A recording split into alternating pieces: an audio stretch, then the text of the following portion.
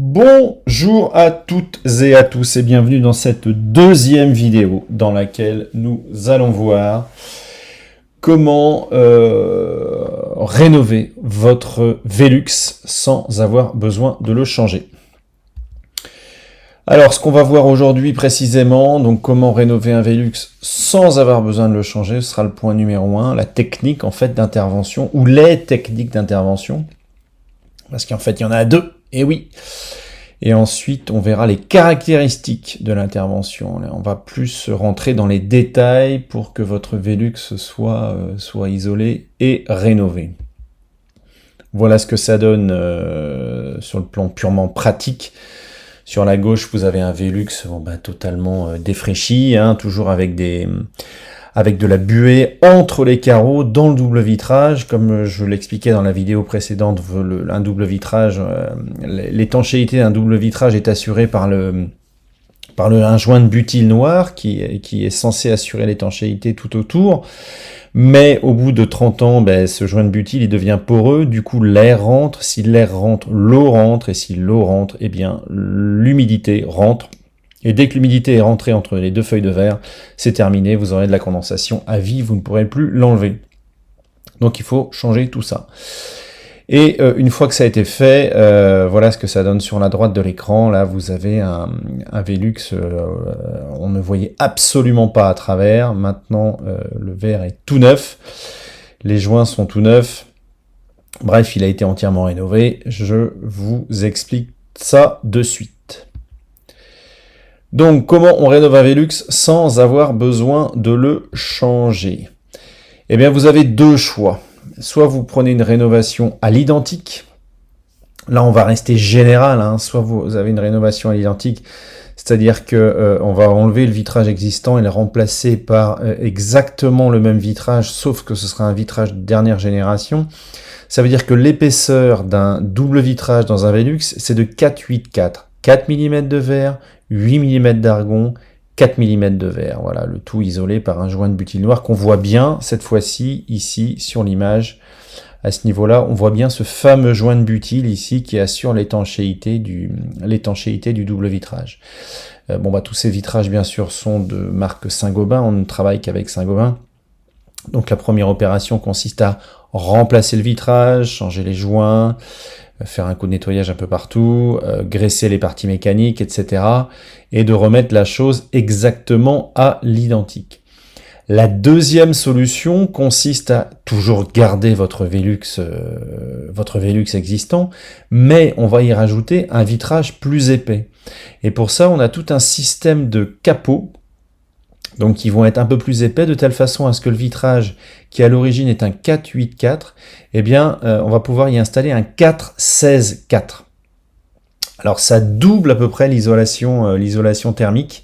En isolation phonique, ça change strictement rien, mais en isolation thermique, ça la double, puisque on passe de l'isolation, pour rentrer un peu dans la technique, l'isolation thermique d'un vitrage se calcule avec le coefficient de transmission thermique appelé UG. Ça s'exprime en watts par mètre carré. C'est en fait la quantité de watts, la quantité de chaleur que va laisser passer un matériau en fonction de l'isolation qu'il procure. Donc, ça s'exprime en watts par mètre carré.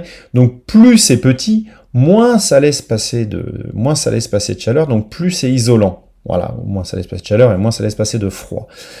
Un 4,8,4 est aux alentours de 1,8, 1,9 watts par mètre carré. Un 4,16,4 va être aux alentours de 1,1 watts par mètre carré. Et pour vous donner un exemple, un simple vitrage est aux alentours de 5,7 watts par mètre carré. Donc c'est vrai que l'isolation d'un 4,16,4 est meilleure. Un 4,8,4 reste quand même très bon. Après, tout est une question de tarif, tout est une question de ce qu'on veut faire dans son habitation. Mais sachez que c'est possible, deux possibilités. Soit on garde le 4,8,4 en l'état, soit on passe en 4,16,4 en utilisant des capots spéciaux. Point numéro 2, quelles sont les caractéristiques précises de l'intervention? La prestation complète consiste à remplacer le vitrage, comme je vous l'expliquais à l'instant, donc soit à l'identique ou alors on met un donc 484, soit on met un vitrage plus épais en 416-4. Bien sûr, tout ça, toute cette opération est adaptable sur tous les Velux, et Dieu sait qu'il y en a quelques-uns des Velux. Non, c'est adaptable sur absolument tous les Velux, même d'autres marques qui ne sont pas Velux, hein, ça peut se réaliser aussi, bien sûr. Tout ça se fait et fabriqué sur mesure, bien sûr, parce que chaque Velux a vraiment une taille tout à fait particulière, des fois au millimètre près. L'opération consiste aussi à remplacer les joints d'étanchéité entre le verre et le profilé. Ça veut dire que vous avez deux styles de joints. Vous avez le joint ici entre l'ouvrant et le vitrage. Bon, ça, ces joints-là vont rester. Ces joints-là ne bougent pas. C'est assez impressionnant, ce qui prouve que c'est quand même un matériau d'excellente qualité. Ces joints ne bougent pas dans le temps. Donc cela, on n'y touche pas.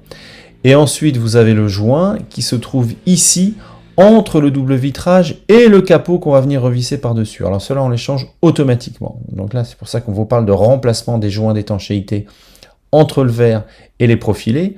On va bien sûr graisser toutes les parties mécaniques qui sont ici, là, ainsi que le mécanisme de devant, le mécanisme d'ouverture du Velux, donc le mécanisme de rotation, très important, et le mécanisme d'aération qu'on a ici, ainsi que bien sûr le mécanisme de fermeture qui se trouve là. Et tout ça est fourni bien sûr avec une garantie décennale.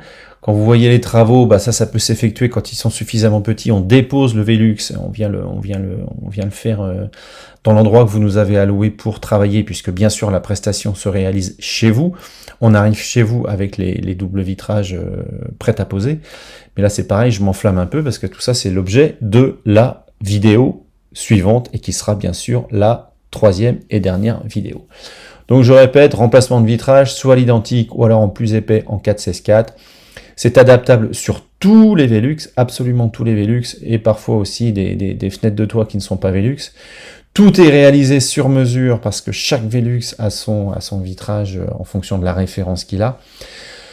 Nous changeons les joints d'étanchéité entre le verre et les profilés, on s'occupe de tout ce qui est graissage des parties mécaniques et on vous fournit toute cette prestation avec une garantie décennale. Voilà un résumé de la prestation complète dans le cadre de l'intervention, de l'isolation et de la rénovation de vos Velux. Voilà ce que ça donne une fois fini, hein. Ça là vous l'avez déjà vu, le double vitrage est complètement changé, alors évidemment c'est pas vraiment parlant au niveau des joints, on les voit pas heureusement, au niveau du graissage c'est pareil, mais tout a été graissé, tout a été jointoyé, et le vitrage Saint-Gobain, celui-là en l'occurrence du 484, votre Velux est reparti pour une nouvelle vie d'une 30aine d'années. Et dans la prochaine vidéo, qu'est-ce qu'on va voir? Eh bien, ça nous permettra de finaliser l'opération directement chez le client, comment ça se passe. Une fois qu'on a tout préparé en atelier, une fois qu'on a reçu les vitrages pour les Velux, une fois qu'on a assemblé les vitrages et les profilés pour les fenêtres en bois, eh bien on arrive chez vous et à ce moment-là, je vous montrerai comment ça se passe exactement. Merci de votre attention, prenez soin de vous et on se voit pour la prochaine vidéo. À très vite.